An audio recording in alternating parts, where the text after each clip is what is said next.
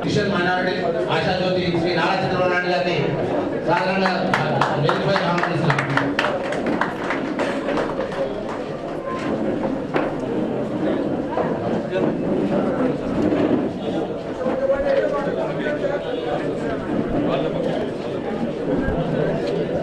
సంపత్ కుమార్ గారిని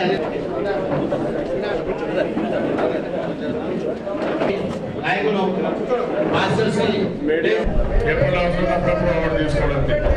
ప్రత్యేకంగా ఈ కార్యక్రమానికి ముఖ్యంగా నాన్న చంద్రబాబు నాయుడు గారిని తీసుకొచ్చారు. ప్రభు నీకు స్తోత్రాలు. ఆయన్ని మన తండ్రి మన పార్టీని నాయకులందరినీ కూడా మీ చేతులు కాదు చెప్తున్నాను.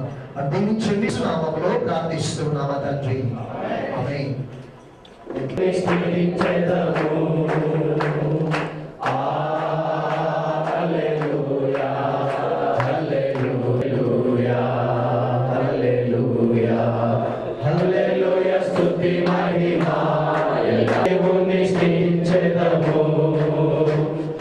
సైన్యములకు అధిపతి అయిన ఆ దేవుని స్తుతించెదము. అల్ల సైన్యములకు అధిపతి అయిన ఆ దేవుని స్తుతించెదము.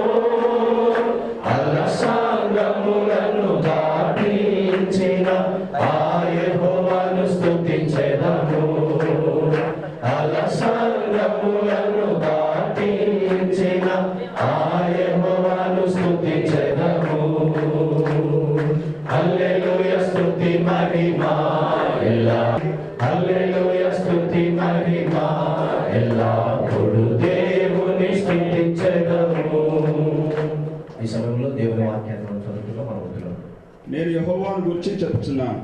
వేటకాని గురిలో నుండి ఆయన నిన్ను విడిపించను. పగటి వేళ ఎగురు బాణములకైనను, చీకటిలో సంచరించు తెగులకైనను, మధ్యాహ్నమందు పాడు చేయు రోగములకైనను నీవు భయపడకుందు. నీ ప్రక్కను 1000 మంది పడి పొలం కలుగును. యెహోవా నీవే నా ఆశ్రయం, నీ గుడారమును సమీపించదు. నీ మార్గములన్నిటిలో నిన్ను కాపాడుటకు ఆయన నిన్ను గురించి తన దూతలకు ఆజ్ఞాపించును. నీ పాదములకు రాయి తగలకుండా వారు నిన్ను తమ చేతులతో ఎత్తి పట్టుకొందురు. నీవు సింహములను నాగుపాములను దొరికెదవు, కొదమ సింహములను భుజంగములను అరగదొక్కెదవు. అతడు నన్ను ప్రేమించుతున్నాడు గనుక నేను అతన్ని గనపరచెదను. అతడు నాకు మొర్ర పెట్టగా నేను అతనికి ఉత్తరం ఇచ్చేదను. శ్రమలో నేను అతనికి తోడై ఉండేదను. అతన్ని విడిపించి అతని గొప్ప చేసేదను. దీర్ఘాయువు చేత అతన్ని తృప్తిపరచెదను. నా రక్షణ అతనికి చూపించదను. దేవుడికి వాక్యంలో మన ఇంటిలో దీవించుగా ఆశీర్వదించగాక. ఈ సమయంలో చంద్రబాబు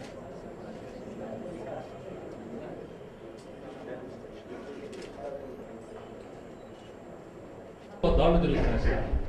ఈ మధ్యలో కూడా చూశారు, లాస్ట్ వీక్ ఆదిలాబాద్లో కూడా ఒక 3 పాస్టర్స్ మీద తప్పుడు కేసులు పెట్టి లోపల పెట్టడం, ఒక 3-4 days వాళ్ళు లోపల ఉండడం, ఇలాంటివి జరుగుతున్నాయి సార్.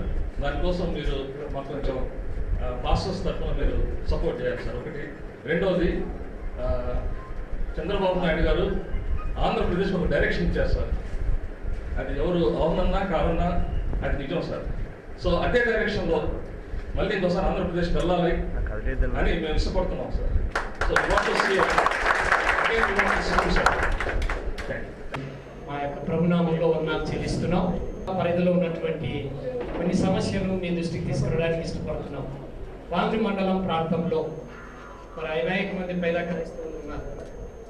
ఈ యొక్క పేద క్రైస్తవులకు మరి మీ యొక్క పరిధిలో ఈ యొక్క ఆశను నెరవేరుస్తారని మేము ఆకాంక్షిస్తున్నాం. వాంగ్రి మండలం ప్రెసిడెంట్. మరి క్రైస్తవులు చాలా విషయాల్లో మరి బాధపడుతూ ఉన్నారు. అంటే మరి ఎక్కడ వెళ్ళినా కూడా వాళ్ళే విక్టమ్గా ఉంటూ ఉన్నారు. ఈ మధ్య కాలంలో మేము అనంతపూర్లో చర్చ్ కడుతున్నప్పుడు మేము ఒక గవర్నమెంట్ మా స్థలంలో మేము చర్చ్ కట్టుకుంటున్నాం. అయితే మేము గవర్నమెంట్ ఒక రిక్వెస్ట్ చేసుకున్నాం, మాకు ఒక వే కావాలి, వే ఇవ్వండి. అయితే చర్చెస్ కొరకు అయితే మరి చాలా ఫండ్ రిలీజ్ చేయడం జరిగింది. మరి అదే విధంగా గతంలో జరిగింది. అలాగే భవిష్యత్తులో కూడా మరి చర్చిలు నిర్మించుకోవడానికి చాలా పాస్టర్స్ చాలా మంది ఇబ్బంది పడుతూ ఉన్నారు. ఆర్థికంగా వాళ్ళ దగ్గర డబ్బులు ఇంకా మరి భవిష్యత్తులో కూడా మరి అదే సహాయం చేయవలసిందిగా మేము క్రిస్టియన్ ప్రొటెక్షన్ సెల్ తరఫున కోరుతూ ఉన్నాం. రెస్పాండెంట్లకు ఇచ్చారు వారు. మరి తర్వాత వచ్చినటువంటి గవర్నమెంట్ మరి టీచర్లను ఎయిడెడ్ స్కూల్స్లో అపాయింట్ చేసుకునేటటువంటి అధికారాన్ని తొలగించారు. అంతేకాదు అసలు ఎయిడెడ్ స్కూల్స్ని మూసివేసేదానికి ఆల్మోస్ట్ ఏర్పాటు జరిగింది. మరి ఇప్పటికి మరి సార్ లేక 9 సంవత్సరాలు అయిపోయింది. నేను పనిచేసినటువంటి ఒక విలేజ్ స్కూల్లో 9 మంది టీచర్లు ఉండేవాళ్ళం. నేను 2006లో రిటైర్డ్ అయినాను. ఇప్పుడు ఒకే ఒక టీచర్ ఉన్నారు అక్కడ. అది ఒక హిందీ టీచర్ ఉన్నది అక్కడ. మిగిలినటువంటి 8 పోస్టులు కూడా ఖాళీగా ఉన్నాయి. ఏమయ్యా అని మేము అడిగితే మరి ఎయిడెడ్ స్కూల్స్ని మూసేస్తామని, ఎయిడెడ్ స్కూల్సే ఉండకూడదని, ఎయిడెడ్ స్కూల్స్ అన్నీ కూడా మా యొక్క క్రిస్టియన్ సంబంధించినటువంటి స్కూల్స్ సార్ అవి. మరి ఈ కాలంలో పెద్ద పెద్ద పదవుల్లో ఉన్నటువంటి ప్రతి వ్యక్తి కూడా ఈ క్రిస్టియన్ స్కూల్స్లోనే చదువుకొని మరి ఆంధ్రప్రదేశ్లో కానీ భారతదేశంలో కానీ పెద్ద పెద్ద పదవులు అలంకరించారు. రియల్గా క్రిస్టియన్ స్కూల్స్లో ఒక ఉన్నతమైనటువంటి విలువలతో కూడినటువంటి చదువు ఉంటుంది సార్. ఇప్పుడు ప్రజెంట్ ఈ ఊరిలో చర్చి స్కూల్ ఉంది, వినయ్ కుమార్ స్కూల్ ఉంది, ఎల్ఆర్జీ స్కూల్ ఉంది, ఇంకా సెయింట్ ఆన్స్ స్కూల్ ఉంది. టీచర్లను ప్రైవేట్గా పెట్టుకోవాల్సి వస్తుంది. టీచర్లను అపాయింట్ చేసుకునేటటువంటి అధికారం లేకుండా చేశారు. ఎయిడెడ్ స్కూల్స్ అన్ని మూతపడిపోతూ ఉన్నాయి. ముఖ్యంగా మాస్టర్ రెవరెండ్ సల్పతి కుమార్ గారు, master reverend Moses Anil Kumar గారు, అదే మరి మిగిలిన వేదిక పైన మిత్రులు, ఈరోజు ఈ కార్యక్రమానికి చేసినటువంటి మాస్టర్స్ అందరికీ నా నమస్కారాలు, అదే మరి అభినందనలు, శుభాభినందనలు. ఈరోజే మిత్రుడు ఒక మాట చెప్పాడు, ఇప్పుడు లాస్ట్గా మాట్లాడినప్పుడు జనరల్గా ఒక అపవాదం, ఎందుకంటే మా వాళ్ళ దగ్గర కాకుండా పోవచ్చు, లేకపోతే మేము కూడా ఇంకా మీకు దగ్గరే ప్రయత్నం చేయకుండా పోయిన దానివల్ల ఈ ఇబ్బంది వచ్చింది. తెలుగుదేశం పార్టీ ఎప్పుడు కూడా మైనారిటీ సంక్షేమానికి పనిచేసాం. ఒక విషయం చూస్తే 9 సంవత్సరాలు నేనున్నప్పుడు కానీ, మా నాయకుడు ఎన్టీ రామారావు గారు ఉన్నప్పుడు కానీ క్రిస్టియన్స్ పైన, ముస్లిమ్స్ పైన ఎప్పుడూ దాడులు జరగలేదు. మత విద్వేషాలు లేదు, మత సామరస్యాన్ని కాపాడాం. ఆ విధంగా రోజు ముందుకు పోయాం. కానీ కొన్ని కారణాల వల్ల ఆ రోజు కాంగ్రెస్ మీద వ్యతిరేకతతో ఎన్డీఏకి సపోర్ట్ చేసినప్పుడు అక్కడ జరిగినటువంటి సంఘటన పైన కొంత అనుమానాలు వచ్చాయి. నేను చాలా స్పష్టంగా 2004 తర్వాత అది మిస్టేక్ అయ్యింది, భవిష్యత్తులో జరగదు. భారతదేశం ఒక గ్రేట్ కంట్రీ. ఈ దేశం బ్యూటీ ఏంటంటే హిందువులు, క్రిస్టియన్స్, ముస్లిమ్స్, లేకపోతే సిక్కులు అందరూ కలయికే భారతదేశం, ఏ ఒక్కరూ కాదు. రెండోది, మనందరం ఆనందంగా ఉండాలంటే కంపల్సరీగా మత సామరస్యం ఉంటే తప్ప మనం హ్యాపీగా ఉండే పరిస్థితి ఉండదు. ఆ విషయం కూడా మనం గుర్తుపెట్టుకోవాల్సిన అవసరం ఉంది. అందుకనే మీరు చూసినప్పుడు ఎవరు చేయలేదు. ఫస్ట్ టైం నేనే ఈవెన్ మన చర్చెస్ కట్టుకోవడానికి ఆర్థిక సహాయం ఇంట్రడ్యూస్ చేసింది ఫస్ట్ టైం హిస్టరీ భారతదేశంలో నేనే ఇంట్రడ్యూస్ చేశాను. ఎప్పుడు కూడా మైనారిటీస్ ఉంటారు, క్రిస్టియన్స్ ఉన్నారు, ముస్లిమ్స్ ఉన్నారు. వాళ్ళల్లో కూడా ఒక నమ్మకం రావాలి. రెండోది, ఒక నమ్మకమే కాదు, ఈ ప్రభుత్వాలు మా కోసం ఉన్నాయి, మేము కూడా భాగస్వాములని నమ్మకం వచ్చినప్పుడు సెక్యూరిటీ ఉంటుంది. అది లేనప్పుడు అనుమానాలు ఉంటే ఆ అనుమానాల వల్ల సమాజంలో కోహెషన్ కూడా రాదు. ఇది యథార్థం. నేను అందుకనే అనేక సార్లు మీకు చెప్పాను, ఇటీవల కాలంలో కంపల్సరీగా ఆ మేడిట్ పాయింట్ మాస్టర్స్ అని ప్రతి ఒక్క జిల్లాకు వచ్చినప్పుడు వారానికి ఒక జిల్లాకి వెళ్తున్నారు, 3 రోజులు తిరుగుతున్నారు, ఒక పార్లమెంట్ ఉంటున్నారు. ఆ పార్లమెంట్కి వచ్చినప్పుడు కంపల్సరీగా నేను ఎంత బిజీగా ఉన్నా ఒక ½ అవర్ మీద కూర్చొని మీ మనోభావాలు తెలుసుకుంటే నాకు కూడా అనేక విషయాలు తెలుస్తున్నాయనే ఉద్దేశంతోనే నేను ఈ కార్యక్రమాన్ని పెట్టుకున్నాను. మీరు దీంట్లో గ్యాప్ ఉండదుగా మీకు మాకు సంబంధాలు పెంచుకుందాం. ఇక్కడైతే మా స్వామిదాస్ అయితే క్రిస్టియన్ మైనారిటీ సెల్ అధ్యక్షుడు ఉన్నాడు, ఆయన కూడా కోఆర్డినేట్ చేయమంటాం. ఇంకా లీడర్షిప్ కూడా తయారు చేద్దాం, మనం ముందుకు పోయే పరిస్థితి వస్తుంది. రెండో విషయం కూడా మీరు చూస్తే, ఇంతమంది మిత్రుడైతే ఒక మాట చెప్పాడు, నేను ఈ రాష్ట్రానికి ఒక విజన్ ఇచ్చాను, ఒక డైరెక్షన్ ఇచ్చాను.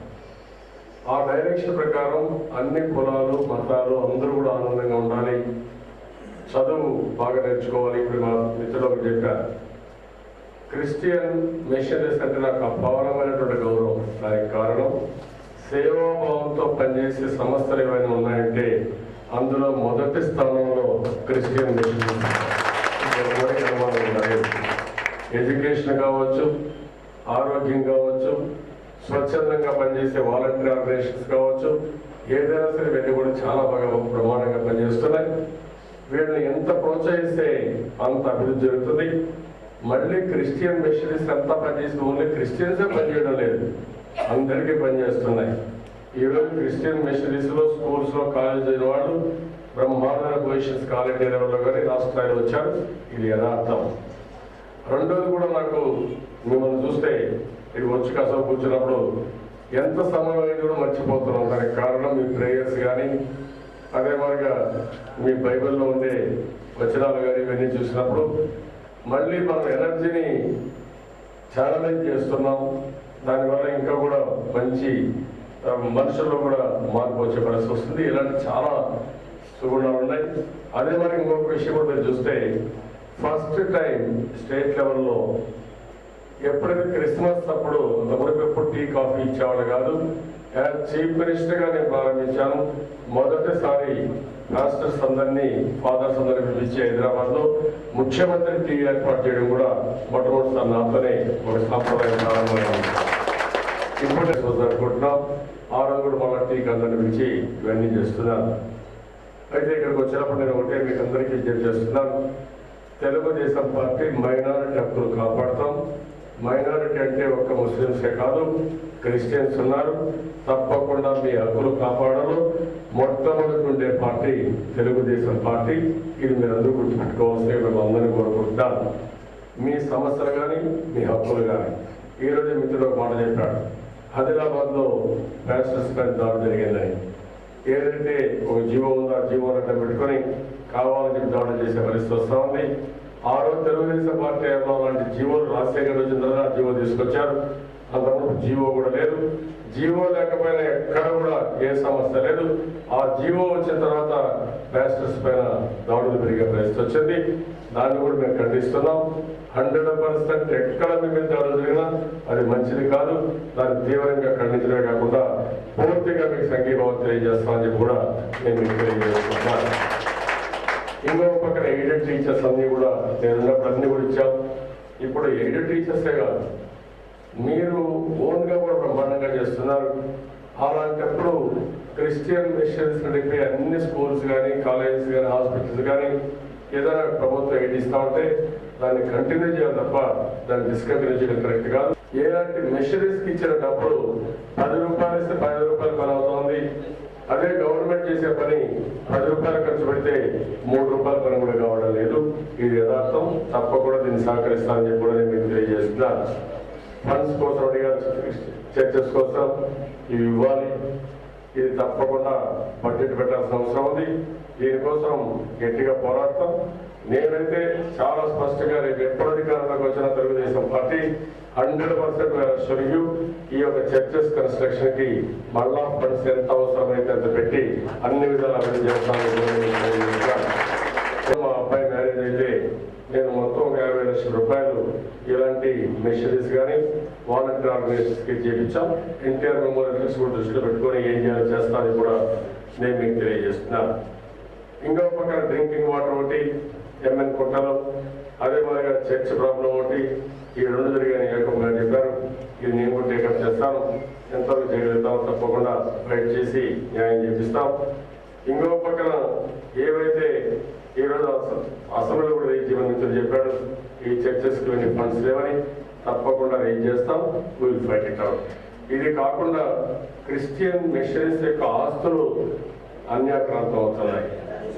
ఇది చాలా దారుణమైనది. ఇది మేజర్ ఇష్యూ. ఇది ఎందుకంటే ఒక నమ్మకంతో మంచి సిటీస్లో టౌన్స్లో ఆస్తులు ఇస్తే ఆ ఆస్తుల్ని దురాక్రమణ చేసే పరిస్థితి వస్తూ ఉంది. దీన్ని ఎట్టి పరిస్థితుల్లో మనం ఉపేక్షించడానికి లేదు. నేను కూడా అసెంబ్లీలో పోరాడతాను, బయట పోరాడతాను.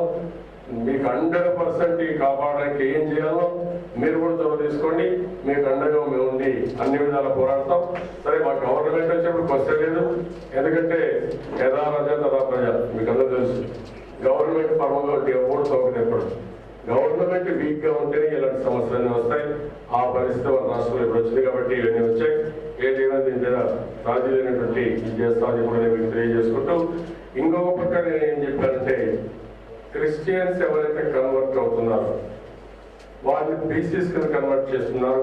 అది కరెక్ట్ కాదు. వాళ్ళందరినీ మళ్ళీ ఎస్సీ స్టాటస్ ఇవ్వాలని దాన్ని కూడా చాలా స్పష్టంగా విల్ ఫైట్ అవుట్. ఇది కాకుండా ఇంకో పక్క పార్టీలో పదవుల్లో నేను క్రిస్టియన్ లీడర్స్ అందరికి ఎక్కువ ప్రమోషన్ అనుకుంటున్నాం. మీరు కూడా ఏదైనా బాగా మంచి లీడర్స్, మీరు మంచి కమ్యూనికేటర్స్ ఉన్నారు, సర్వీస్ చేసే లీడర్స్ కూడా బాగా ఉన్నారు, అది కూడా చెప్తున్నాను. కానీ రాజకీయాల్లో నేను సరిగా రావడం లేదు. దానికి కూడా కొంచెం మీరు కూడా శ్రద్ధ పెట్టండి. మేము కూడా రానియరు, కానీ రానియరు అనుకుంటే రాలేము, చూసుకొని రావాలంటే. దేనికైనా సరే స్ట్రగుల్ ఉంటుంది, కాంపిటీషన్ ఉంటుంది. నేనైతే ప్రమోట్ చేయాలని దృఢ సంకల్పంతో ఉన్నాను. తప్పకుండా క్రిస్టియన్స్ కి తగిన ప్రాతినిధ్యం రాజకీయాల్లో ఉండాలి. ఎందుకంటే అల్టిమేట్గా మీరు గుర్తుపెట్టుకోవాల్సింది, విద్యాపరంగా బాగున్నా లేకపోతే ఆర్థిక పరంగా బాగున్నా సమాజంలో మీకంటూ గౌరవం రావాలంటే మన రాజకీయాలు మీరు ఉండాలి, సేవాభావం ఉండాలి.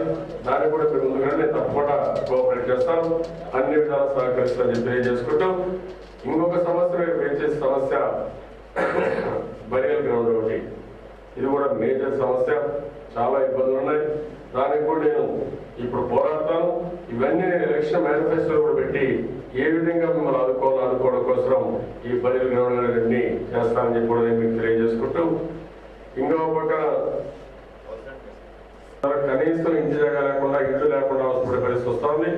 దానికి ప్రత్యేకంగా మీకు ఫోటో ఇవ్వాల్సిన అవసరం ఉంది. దానికి కూడా ప్రాధాన్యత ఇస్తామని కూడా నేను మీకు తెలియజేస్తూ, ఇంకా స్కాలర్షిప్లు కానీ లేకపోతే ఇలాంటి చాలా విషయాలు మీరు చెప్పారు, అవి కూడా అన్ని విధాలు ఏమేమి చేయాలో నేను చేపిస్తాను. బ్రీఫ్గా ఇవి దృష్టి కూడా ఎడ్యుకేషన్ కోసం కొంత ఫండ్స్ పెట్టించడం. సో దట్ మీరు, ఎందుకంటే రోజంతా మీరు ఇంకా దేవుని సేవలో వదిలిపోతా అంటే మీ పిల్లలు వదిలిపెట్టినప్పుడు వాళ్ళు మళ్ళీ సఫర్ అవుతారు. కాబట్టి అలాంటి ప్రత్యేకమైన ఇది పెట్టాల్సిన అవసరం ఉంది. తప్పకుండా పెడతాము, పెట్టి నేను ఇప్పుడైతే బయట చేస్తాను, భవిష్యత్తులో వాళ్ళు దానికి కూడా నిధులు పెట్టి చేపిస్తానని చెప్పి కూడా నేను మీకు తెలియజేసుకుంటాను.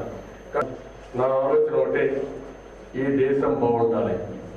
భారతదేశం మీరు ఒకసారి చూస్తే ప్రపంచంలో అన్ని దేశాల కంటే నెంబర్ 1 దేశం అయ్యే అవకాశం ఉంది. దానికి కారణం ప్రపంచంలో ఎక్కడా లేనటువంటి సంపద, అది కూడా యువత భారతదేశం యొక్క సొంతం. ఎక్కడైతే యువత ఉంటారో అక్కడ అభివృద్ధి బ్రహ్మాండంగా జరుగుతుంది. మన పిల్లలందరినీ చదివించగలిగితే రాబోయే 20 సంవత్సరాల్లో 25 సంవత్సరాల్లో అమెరికా కంటే కూడా మనం ముందుండే అవకాశం ఉంటుంది. ఈ విషయం మీరు గుర్తుపెట్టుకోవాల్సింది. ఇప్పుడు జపాన్ క్రాస్ చేస్తున్నాం, అమెరికా కంటే కూడా ముందుండే పరిస్థితి వస్తుంది. అయితే ఇక్కడ వచ్చిన ప్రాబ్లం అంతా అవినీతి. నాకు ఇక్కడ మీ అందరి సహకారం ఉండాలి. మీరందరూ కూడా ఆలోచించాలి. అవినీతి లేని భారతదేశ నిర్మాణం మనందరి ధ్యేయం కావాలి. ఒకసారి అదైతే అన్ని సమస్యల పరిష్కారానికి 1 by 1 అన్ని పరిష్కారం అవుతాయి. ఇప్పుడు నేను పోయొచ్చా గాలి జనార్దన్ రెడ్డి ఓబులాపురం మైన్, ఒకసారి మీరు అనలైజ్ చేస్తే ఆ ఓబులాపురం ఒక్క మైన్ కానీ కరెక్ట్గా హ్యాండిల్ చేస్తుంటే, ఆ రిసోర్సెస్ ప్రొటెక్ట్ చేస్తే అనంతపురం జిల్లాలో అన్ని సమస్యలు పరిష్కారం అయిపోయాయి. డ్రిప్ ఇరిగేషన్, రోడ్స్, ఎడ్యుకేషన్, అప్పులు అన్ని క్లియర్ అయిపోయేవి. ఇలాంటిది భారతదేశంలో ఉండే సంపద కొంతమంది మిస్యూజ్ చేస్తున్నారు, విదేశాలు పంపిస్తున్నారు. దీనిపైన మనందరం ఫైట్ చేయాల్సిన అవసరం ఉంది. న్యాయం జరగాలి.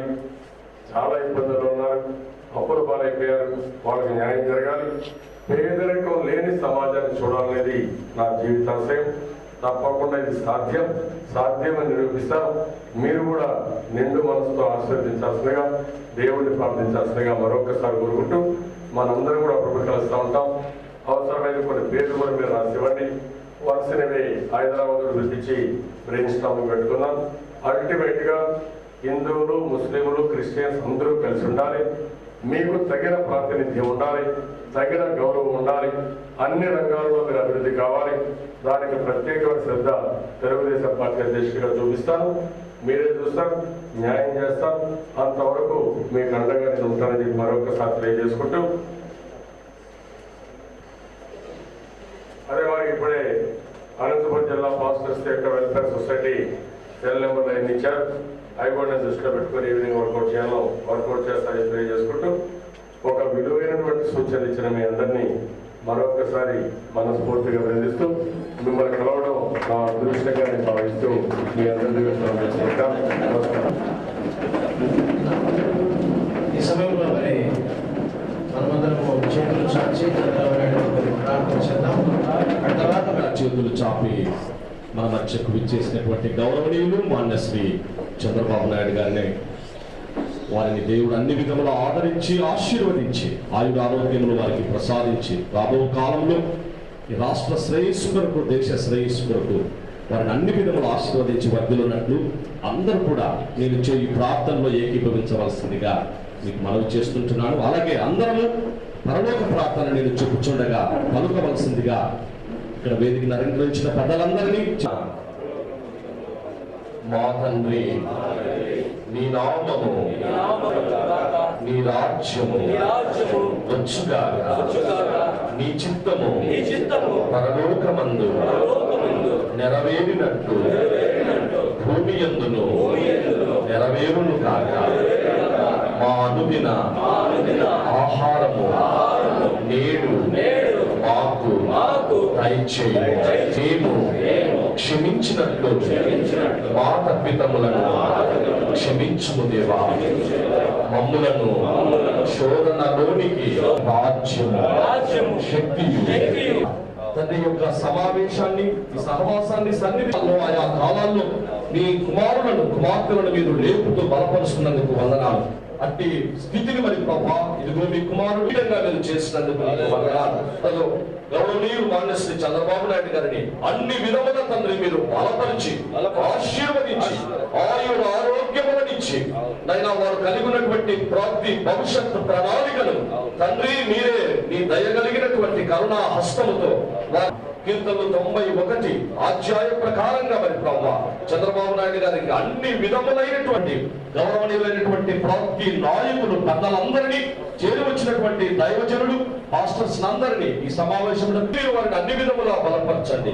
మరి తండ్రి మీ యొక్క జ్ఞానాత్మను వారికి అనుగ్రహించి నైనా అన్ని విషయములలో మరి తండ్రి రాబో కాలంలో ఈ దేశానికి, రాష్ట్రానికి మరి ప్రభా చక్కటి పరిపాలన దక్షిణగా మరి ప్రభా నీ కుమారుని బలపరిచి ఆశీర్వదించి మహిమ పొందమని నిండు మనసుతో హృదయపూర్వకంగా చేయు మా ప్రార్థనలు దయతో మీరు అంగీకరించి సమస్త పరిచర్యలు పార్టీని అన్నిటిని తండ్రి పెద్దలందరినీ దీవించి ఆశీర్వదించమని ఘనత మహిమ స్తుతి మీకే చెల్లిస్తూ, May the grace of our Lord Jesus Christ, the love of the Holy Spirit be with beloved and respected Son of God, Sri Chandrababu Naidu Garu, and his future plans and purposes, and all the elders who have seated on this diocese, and all the pastors and all media who have gathered here now and forever. Amen.